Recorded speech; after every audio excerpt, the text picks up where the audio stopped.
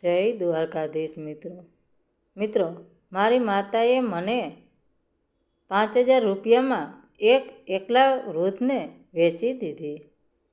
લગ્નની રાત્રે સામે આવ્યું એક ચોંકાવનારું સત્ય.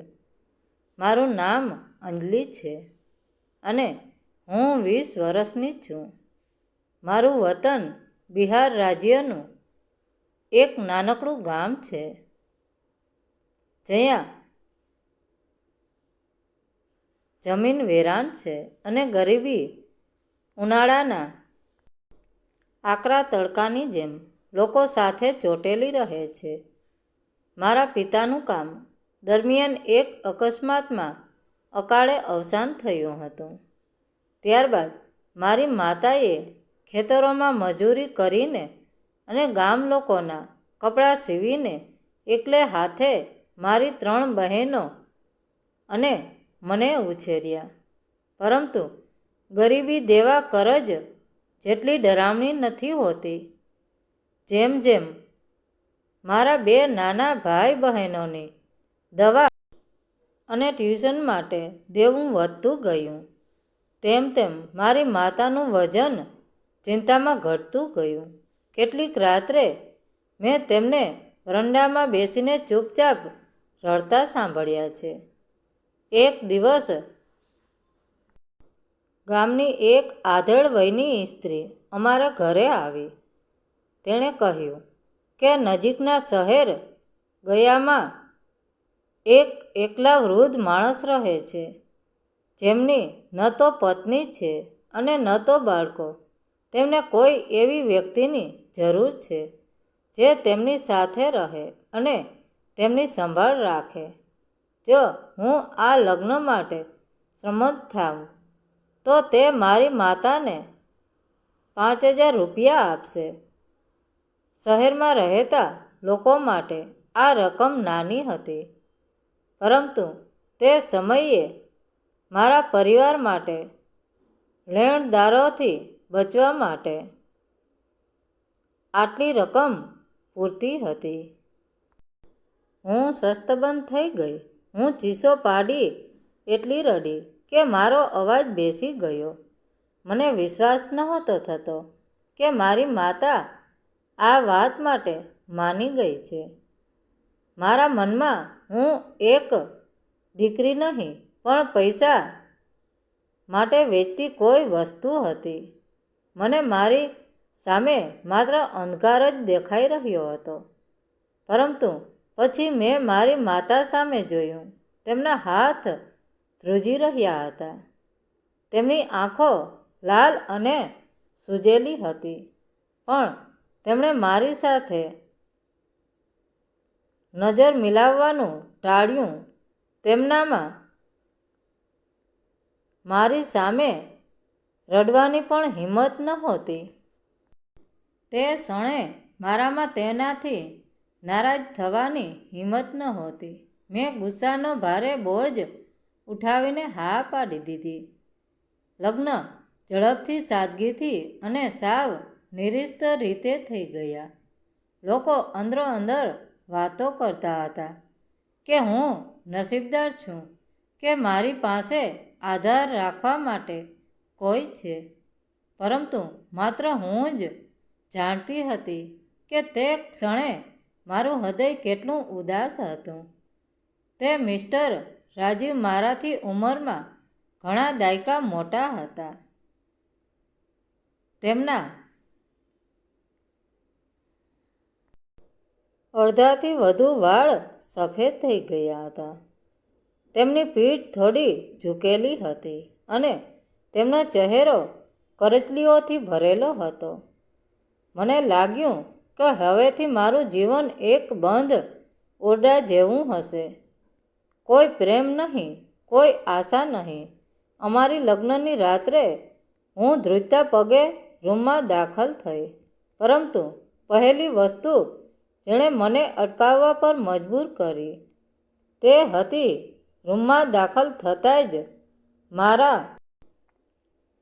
મારા પગ થીજી ગયા. મારા શરીરમાં લખલખું પસાર થઈ ગયું. મેં આંખો બંધ કરી દીધી એ ડરથી કે રાજીવ હમણાં મારી નજીક આવશે, મને અડશે. મારું હૃદય જોરથી ધડકી રહ્યું હતું, પરંતુ કશું જ થયું નહીં. રૂમમાં એક ભયાનક સન્નાટો હતો. જ્યારે મેં ધીમેથી આંખો ખોલી, ત્યારે જે જોયું તેણે મારા શ્વાસ અધર કરી દીધા. તે વૃદ્ધ માણસ મારા પતિ રાજીવ શણગારેલી પથારી પર નહોતા બેઠા. તેઓ રૂમના એક ખૂણામાં જમીન પર પાથરેલી એક સાદડી પર બેઠા હતા. તેમના હાથમાં એક જૂની ફ્રેમ હતી અને તેમની આંખોમાંથી ચોધારા આંસુ વહી રહ્યા હતા. મને જોઈને તેમણે ઝડપથી આંસુ લૂછ્યા અને ધ્રુજતા અવાજે કહ્યું, દીકરી, તું રડીશ નહીં. તું ત્યાં પલંગ પર સૂઈ જા. હું અહીં જમીન પર ઠીક છું. દીકરી, આ શબ્દ સાંભળીને હું ચોંકી ગઈ. તેઓ ધીમેથી ઊભા થયા અને કબાટમાંથી એક જૂનું આલ્બમ કાઢ્યું. તેમણે મને ઈશારો કર્યો. હું ડરતી ડરતી નજીક ગઈ. ફોટામાં એક નાની છોકરી હતી, જે આબેહૂબ મારા જેવી જ દેખાતી હતી. આ મારી દીકરી હતી, સુધા. રાજીવનો અવાજ ગળગળો થઈ ગયો. 20 વર્ષ પહેલાં ગરીબી અને પૈસાના અભાવે હું તેની સારવાર ન કરાવી શક્યો અને તે મારા હાથમાં જ દમ તોડી ગઈ. આજે જ્યારે મેં તારી માની આંખોમાં એ જ લાચારી જોઈ, ત્યારે મને લાગ્યું કે જાણે મારી સુધા ફરીથી મારી પાસે ઊભી છે. હું શસ્તબંધ થઈને તેમને સાંભળી રહી હતી.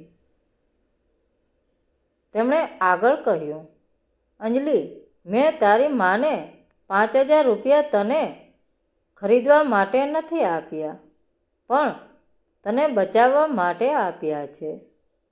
હું જાણતો હતો કે જો હું મદદ નહીં કરું તો તારી ગરીબી તને કંઈક બીજે વેચવા મજબૂર કરશે, જ્યાં કદાચ તારી ઇજ્જત સલામત રહે. પછી તેમણે ઓશિકા નીચેથી એક પરબડિયું કાઢ્યું અને મારા હાથમાં મૂક્યું. આમાં તારી કોલેજની ફી ભરવા માટેના પૈસા છે. કાલે સવારે તું કોલેજ જઈશ. તારે પત્ની બનીને મારી સેવા કરવાની જરૂર નથી. હું માત્ર એટલું જ ઈચ્છું છું કે તું ભણી ગણીને તારા પગ પર ઊભી રહે, જેથી ભવિષ્યમાં કોઈ માઈએ પોતાની દીકરીને આ રીતે વેચવી ન પડે.